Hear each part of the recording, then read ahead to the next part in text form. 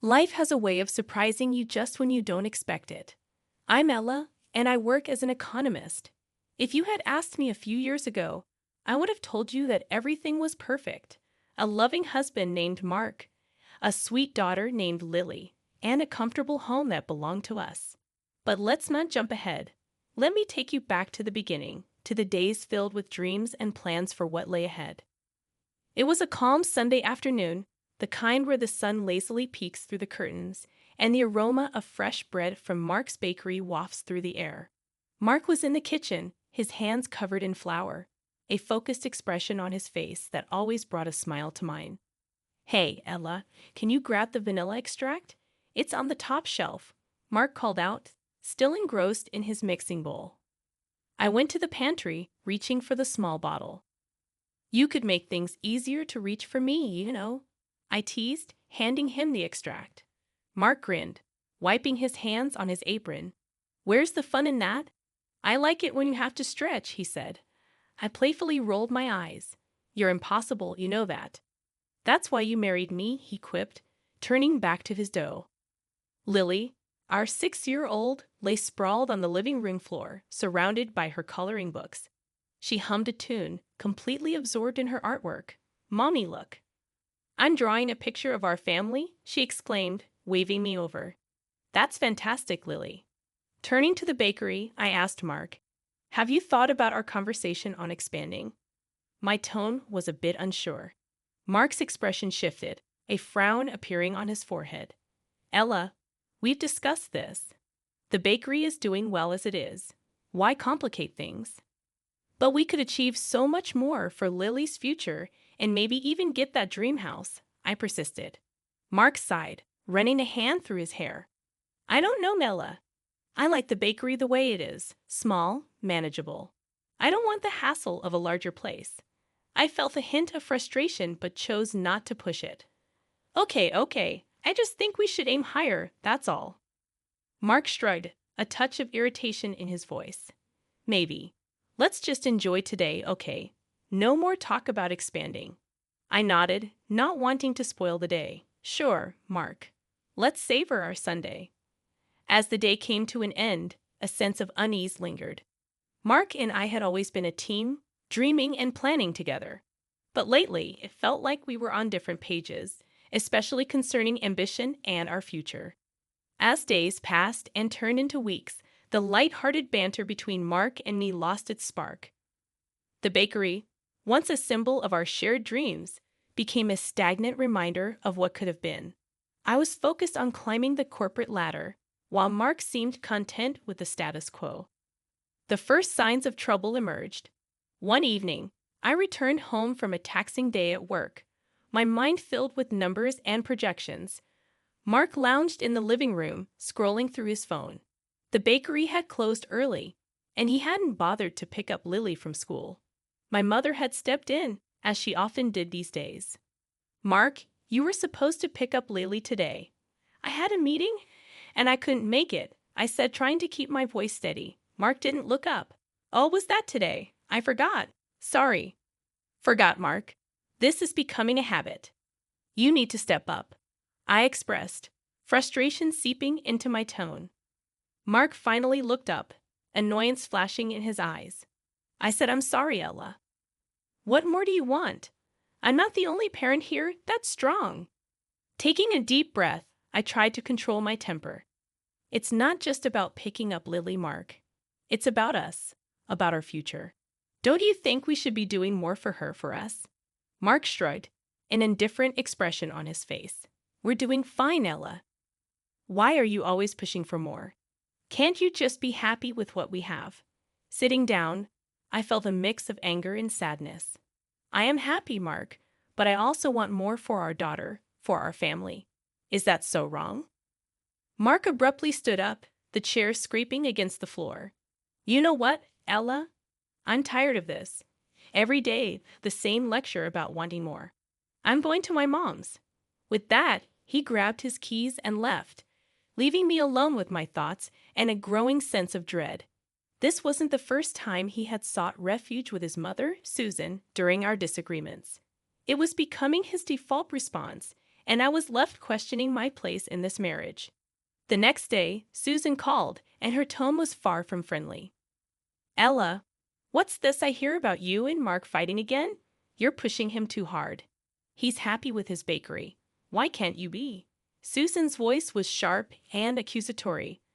I clenched the phone tighter, trying to remain calm. Susan, I'm just thinking about our future, about Lily's future. Mark and I need to be on the same page. Well, maybe your page is the problem, Ella. You're always wanting more. Mark is a simple man, and you knew that when you married him, Susan retorted. I felt a surge of anger. Simple doesn't mean stagnant, Susan. I'm trying to build a better future for all of us. Susan scoffed. You're just being ungrateful and greedy. Mark is doing his best. The conversation ended shortly after with no resolution in sight. I hung up, feeling more alone than ever. Trouble slammed into us like a freight train, hitting with full force. Mark's Bakery, once the heart of our small community, started losing its charm and customers. Bills piled up, and the once cozy bakery felt more like a sinking ship. I was putting in extra hours at work, trying to keep us afloat, but it felt like bailing water out of a boat with a hole in it. One evening, I found Mark slumped at the kitchen table, a stack of bills in front of him, his face reflecting defeat. Mark, what's going on? I asked, a sinking feeling in my stomach. He looked up, his eyes tired and red. The bakery, Ella. I can't keep it running anymore. We're bleeding money. My heart sank. What are we going to do? We have Lily to think about. Mark ran his hands through his hair, a gesture of frustration I'd become all too familiar with. I don't know, Ella. I really don't. I never thought it would come to this. I sat down beside him, trying to process the news. Maybe it's time to consider other options. You could look for a job, at least until we figure things out. Mark's expression hardened. A job? Work for someone else? I'm a business owner, Ella, not some office drone. I tried to keep my voice calm. Mark, this isn't about pride. It's about our family, about making ends meet. He stood up abruptly, his chair scraping loudly against the floor, and stormed out of the room, leaving me with a pile of unpaid bills and a head full of worries. The next day, I decided to talk to Susan, hoping she might be able to get through to Mark. I dialed her number, my hands shaking slightly. Susan, it's about the bakery. Mark's really struggling, and I think he needs to consider looking for a job, I said, trying to sound diplomatic. A job? My son is not going to work for someone else. He's a business owner, Ella. He's better than that, Susan snapped. I clenched my jaw, trying to keep my frustration in check. Susan, the bakery is closing. We have bills to pay, a daughter to raise. This isn't about being better than anything. It's about survival, Susan scoffed. Survival? You always exaggerate, Ella. Mark will figure it out. He doesn't need to stoop to being an employee. The conversation went nowhere, and I hung up feeling more helpless than ever. Mark's refusal to face reality, combined with Susan's delusional support, was a recipe for disaster. That night, Mark and I sat in silence, the tension thick enough to cut with a knife. I wanted to scream, to shout, to shake some sense into him, but I knew it would be pointless. The closure of the bakery brought more than just financial strain. It tore at the very fabric of our family life. Mark, once a bustling business owner, now spent his days idly lounging around the house. I'd come home exhausted from work, only to find dishes piled in the sink, laundry undone, and Lily left to her own devices. One evening, I arrived home later than usual, my head throbbing from a day filled with meetings. The house was in disarray, and the sight of Mark on the couch, beer in hand, watching TV, was the last straw. Mark, what the heck? Look at this place. Can't you at least tidy up a bit? I snapped, my patience wearing thin. Mark looked up, unfazed. Oh, come on, Ella. I'm not your maid, and I had a rough day. I was flabbergasted. Rough day doing what, Mark? You've been sitting here all day, he shrugged, taking another swig of his beer. I'm dealing with stuff, okay? It's not easy losing your business. I threw my bag down, frustration boiling over. And you think it's easy for me, working all day to keep us afloat while you do nothing. Mark stood up, his face a mask of anger. I'm not doing nothing, Ella. I'm trying to figure things out. Figure what out, Mark? How to avoid responsibility. We have a daughter, for God's sake, I retorted, my voice rising.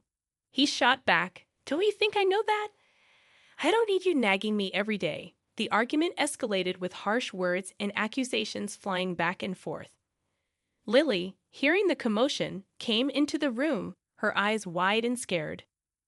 Mommy, Daddy, please stop yelling, she pleaded, her voice small and shaky. We both fell silent, the anger dissipating as we looked at our daughter. Mark muttered something under his breath and walked out, leaving me to comfort a crying Lily. The days that followed were a blur of silent meals, curt exchanges, and an ever-widening gulf between us. I was struggling to keep it together, juggling work, household chores, and caring for Lily, while Mark seemed to retreat further into his shell. The tension in our house had become a constant, like some unwelcome guest who had overstayed their welcome. But nothing prepared me for what came next. It began with small amounts of cash disappearing from my purse. Initially, I thought it was my own forgetfulness, but then the sums grew larger. One evening, after realizing another missing $50, I confronted Mark. He was in the living room as usual, eyes fixed on the TV. Mark, have you been taking money from my purse? I asked, attempting to keep my voice steady. He didn't look at me. What? No, why would I do that? I felt a surge of anger. Because it's missing, Mark, and I know I didn't spend it. Mark finally turned to face me, his expression defensive. Look, I needed some cash, okay? It's not a big deal. I was incredulous. Not a big deal? It's stealing, Mark, from your own wife. He stood up, his voice rising. I don't need a lecture, Ella. I took a bit of cash for beer. It's not like I'm blowing it on something stupid. I couldn't believe what I was hearing. Beer? You're stealing money for beer while I'm working day and night to keep the family together. Mark's face hardened. Yeah, beer. It's not like I have much else to enjoy these days. I felt a mix of anger and sadness. That's your excuse? I'm out there busting my back, and you're here drinking away our money. Mark scoffed. Oh, please, you're always so dramatic. It's just a few bucks. I took a deep breath, trying to calm down. This isn't just about the money, Mark. It's about trust. How can I trust you if you're stealing from me? Mark didn't answer, just turned back to the TV, effectively ending the conversation. The next day, I made a decision. I called Susan to talk about the situation. It's about Mark. He's been taking money from my purse for beer, I said, attempting to keep my emotions in check. Susan laughed, a harsh, grating sound. Oh, Ella, you're making a mountain out of a molehill. He's just having a tough time right now. I couldn't believe her response. Susan, he's stealing from me. How can you just brush that off? Susan's tone was dismissive. He's your husband, Ella. What's yours is his. Besides, it's just a bit of cash. I felt a flash of anger. Just a bit of cash. That's not the point, Susan. He's not contributing anything, and now he's taking what little we have left. Susan was unyielding. Well, I don't see the problem. He needs to unwind. You're being too hard on him. I hung up, realizing that talking to Susan was pointless. She was never going to see things from my perspective. One morning, I woke up to find Mark's side of the bed empty. That wasn't unusual these days, but as hours turned into a full day without a word from him, worry started to set in. I called his phone repeatedly, but it went straight to voicemail. Finally, after a week of silence, I heard the front door open. Mark walked in, looking different. There was an unfamiliar air of confidence about him. He wasn't alone. His mother, Susan, strutted in behind him with a smug look on her face. Mark, where the heck have you been? I've been worried sick, I exclaimed, a mix of relief and anger washing over me. Mark looked at me, a smirk on his lips. Oh, Ella, always so dramatic. I have news. I was confused. News? What news? He pulled out a lottery ticket, waving it in front of me. This, my dear Ella, is our ticket out. I won, Ella. I won $10 million. My heart skipped a beat. What? How? Susan chimed in, her voice dripping with condescension. He bought a lottery ticket with your credit card. Looks like it was a smart investment after all. I was stunned. My credit card. You used my credit card without asking? Mark's smirk grew wider. Well, I needed something to cheer me up after all the nagging, and look, it paid off. The reality of the situation hit me like a ton of bricks. He had taken my card, bought a lottery ticket, and won. It was almost too much to take in. But, Mark, that's our money then. We won, I said, still trying to process the news. Mark's expression turned cold. No, Ella, I won, and with this money, I'm starting a new life without you. I felt as if the floor had been pulled from under me. What are you saying? He was blunt, his words cutting deep. I'm saying I'm leaving you, Ella. I'm tired of this life, tired of you. I want a fresh start, and now I can afford it. Susan laughed, a cruel sound that made my skin crawl. Oh, Ella, you really thought you were so smart, didn't you? But you see, you've underestimated my son. He's a winner, and you're just left with nothing. Mark grabbed a suitcase he had apparently packed earlier. I'm moving in with Mom. You can keep the house and whatever else. I don't need it anymore. Reeling from Mark's departure and his shocking betrayal, I knew I had to act fast. The first thing I did was call a lawyer, Mr. Jacobs, a no-nonsense man with a reputation for being tough and fair. Mr. Jacobs, my husband won the lottery with a ticket he bought using my credit card. And now he's leaving me and taking everything, I explained, my voice shaking with emotion. Mr. Jacobs listened intently, his voice calm and steady. All right, Ella, let's meet tomorrow. We'll go over everything, and I'll see what we can do. The next day, I sat in Mr. Jacobs' office, poring over bank statements and the credit card transactions that showed the purchase of a lottery ticket. Based on this, we have a strong case, Mr. Jacobs said, his eyes scanning the documents. The ticket was bought with your money, which means you have a claim to the winnings. I felt a glimmer of hope. So what's our next step?